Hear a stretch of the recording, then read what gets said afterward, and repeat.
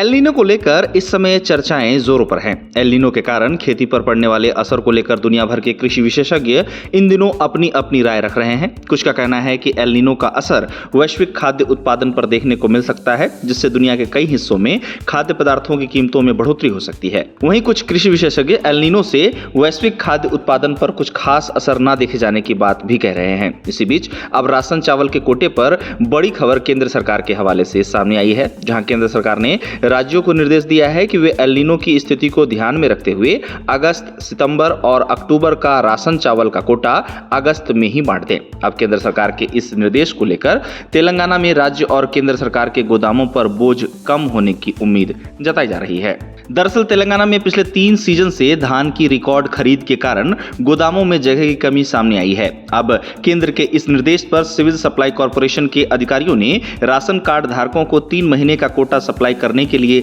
लगभग 6 lakh metric ton बढ़िया चावल की आवश्यकता बताई है। हालांकि उनका यह भी कहना है कि एडवांस वितरण स्टॉक को खाली करेगा और लगभग 9 लाख मीट्रिक टन पिसा हुआ चावल अभी भी सरकारी गोदामों में रहेगा। बता दें कि तेलंगाना में भी सरकारी अनाज गोदामों का हाल कुछ हद तक पंजाब की तरह ही बताया जा रहा है, जहां तेलंगाना रिकॉर्ड प्रोडक्शन और खरीद के बाद बढ़ते धान के स्टॉक से जूझ रहा है। धान प्रोडक्शन की बात की जाए तो तेलंगाना में हाल ही में रबी सीजन में धान का उत्पादन 1.4 करोड़ मीट्रिक टन को पार कर गया, जबकि खरीद लगभग 85 लाख मीट्रिक टन तक पहुंच गई। इस तरह धान का उत्पादन तेलंगाना में भरपूर हुआ है। राज्य सरकार धान की खेती के साथ ही किसानों का रुख कम पानी वाली अन्य फसलों की तरफ मोड़ने का भी प्रयास कर रही है। आपको बता दें कि तेलंगाना के मुख्यमंत्री ए रेवंत रेड्डी ने राज्य के किसानों से कम पानी वाली फसलों की खेती करने की अपील की है। अब धान खरीद से गोदामों में जगह खाली होने के मोर्चे पर अच्छी खबर यह है कि केंद्र सरकार अब तक फूड कॉर्पोरेशन ऑफ इंडिया के लिए चावल के कस्टम मिलिंग के लिए तेलंगाना से 52 लाख मीट्रिक टन धान खरीदने पर सहमत हो गई है।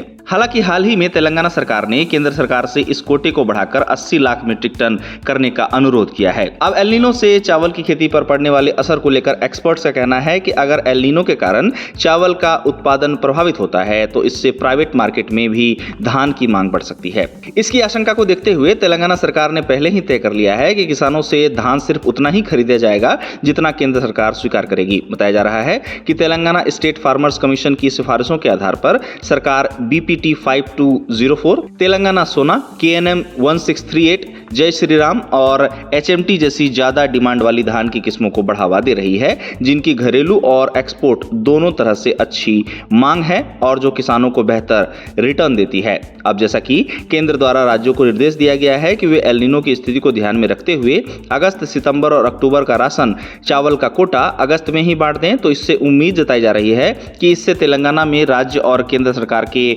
गोदामों पर बोझ कम होगा और अनाज को रखने के लिए पर्याप्त जगह भी बन पाएगी, क्योंकि इन दिनों तेलंगाना में अनाज को रखने को लेकर सरकारी गोदामों में जगह की कमी पड़ने की खबरें लगातार चर्चा में हैं।